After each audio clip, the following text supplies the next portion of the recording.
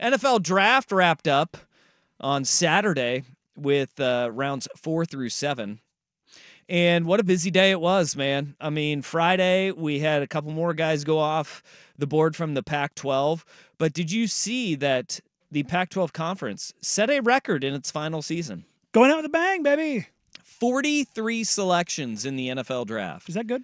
That would only be second to the SEC, which had 59. This means more. Yep. But the Pac-12 gets 4 more guys drafted than the previous record of 39, which was 2015, I believe it was. And so we saw that the level of play across the board in the conference, it was up on the up and up, man. Every single week you were sitting there going, there are dudes across the Pac-12. And we saw that came to fruition. 10 members of Washington's roster from a year ago, they go off the board. 8 Oregon Ducks, which is a school record, go off the board. USC had 7. I think those are the top 3 out west in the Pac-12. Brendan Rice falling horribly down the board. He was the 8th rated wide receiver, I want to say, on most boards. 8th or 9th, somewhere right in there. It was surprising to see, Troy Franklin was second pick of the 3rd day of the draft, 4th round pick. Like it happened to a lot of guys. Yeah, there was a little bit surprising to see a couple of those wide receivers be available on day 3. Yeah.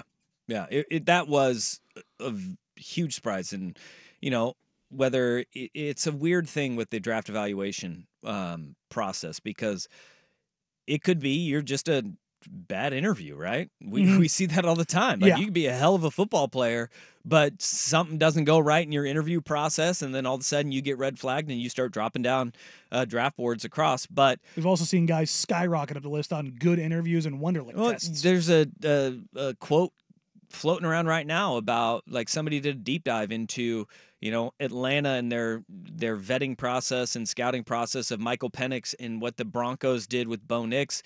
And like, there's a story about Sean Payton asked Bo Nix what was in his backpack. And he had tape for his ankles and an extra pair of cleats and a lacrosse ball that he rolls his back out on.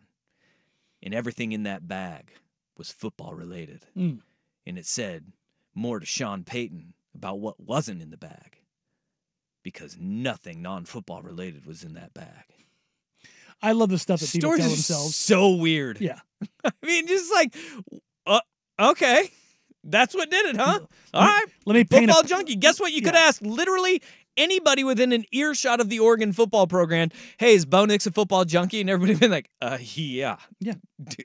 Dude loves football so much he babysits his coach's kids. It's like, all right. The guy is football through and through. Just want to be around coach.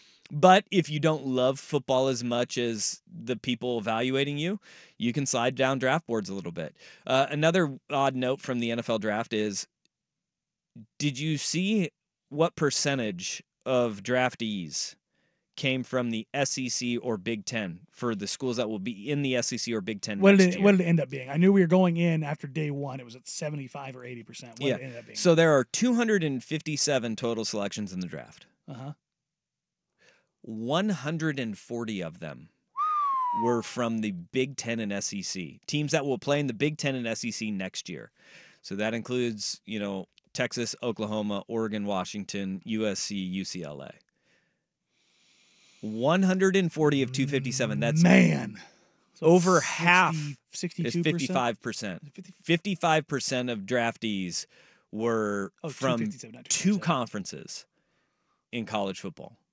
And look, think of the guys that get drafted from the Group of 5, from the FCS. Like, that is a staggering number. The ACC. The other Power 5 conferences. Yeah, in 140 of 257.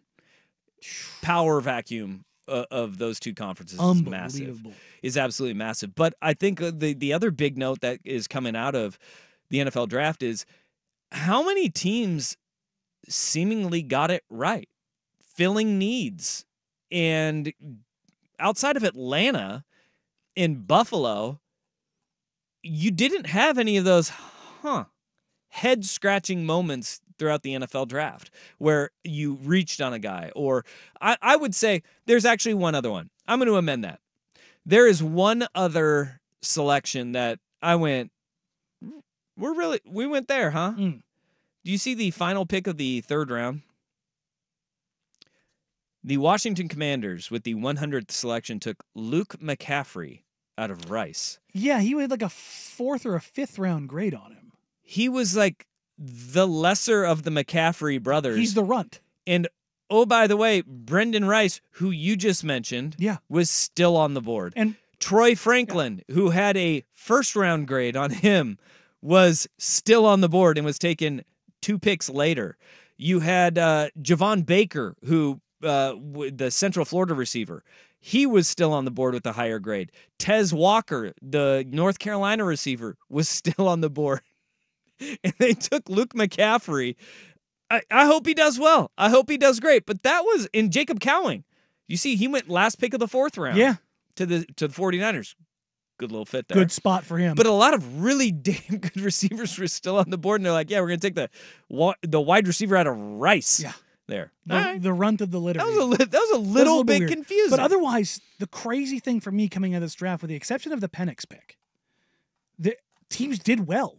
And you can see it from the grades from all of the analysts. All of the analysts are like, with the exception of the Penix pick, teams did well. Up and down the board. Yeah. Up and down the board, everyone did well. And obviously we'll revisit this in a year, 2 years, 3 years down the road. But it felt like nobody was reaching. There'll be a gem that pops up. How did everybody pass on this guy?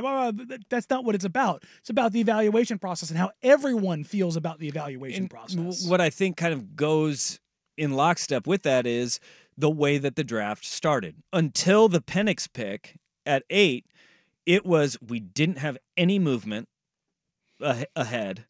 It wasn't like there was a reach, because usually what happens, it's, a team trades up into the top 10, and Trey Lance to San Francisco, right? And you have a guy that everybody's going, I don't know if you give up that kind of capital, 3 first-round picks, to go and get somebody.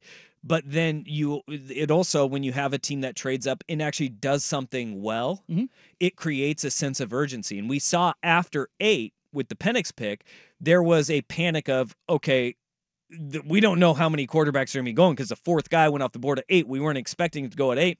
That's when you see the Vikings trade up to 10 to get J.J. McCarthy. That's where you see the Denver Broncos throw out hey, we're going to maybe trade down and still hold on to Bo Nix, because there were teams immediately following them that needed quarterbacks. So they took Bo Nix at 12. And they sat there and they said, everybody's like, hey, Denver still needs a quarterback. That's not an egregious reach. No. It's pretty high for a guy, but considering what had just happened, yes. He's the 6th quarterback off the board. You're going, we get it. When you need a quarterback and 5 have already been taken in front of him. Yeah, no, that's the interesting thing about all this, is kind of which of those works, if any of them, all of them, none of them kind of situation, where it's like, okay, who ends up being the guy? And we keep hearing that the Patriots, there were offers to move up to 3, and they were dead set on nope. Boy, Daniel Jeremiah has been on this one and saying that some of the offers that the Patriots got at 3, he said they are staggering. The Giants and the Rams apparently both gave staggering offers to move up to 3, and the Patriots were like, no. So he was just like, that pick was never for sale. Yeah. I mean, if Drake May apparently went 2nd to Washington, maybe then it's up for sale. But they were like, nope, we're going to stay. And that's something when you hear a draft analyst who's not even willing. He's like, I don't even want to say what the packages are, but they were very, very, very significant. Generous packages. He gave 3 varies on how significant they were. I wonder how close it came to the Panthers offer for last year. At that point, you go, yes. But is anybody going to be as bad? Like, the one thing that the Bears knocked out of the park was the fact that, good God, they were looking at the ineptitude of the Carolina Panthers and going, yeah, we can capitalize. The clip of Ryan Poles being asked by media members, so what did you think about that Atlanta pick? He's trying to hold back laughter. Yeah, he was like, we're happy it went the way it did. Because they get Caleb Williams and Roma Dunze. Which, by God, I can't. Can you think of a better quarterback wide receiver pairing in a draft? I haven't really thought of it, but that's pretty damn good.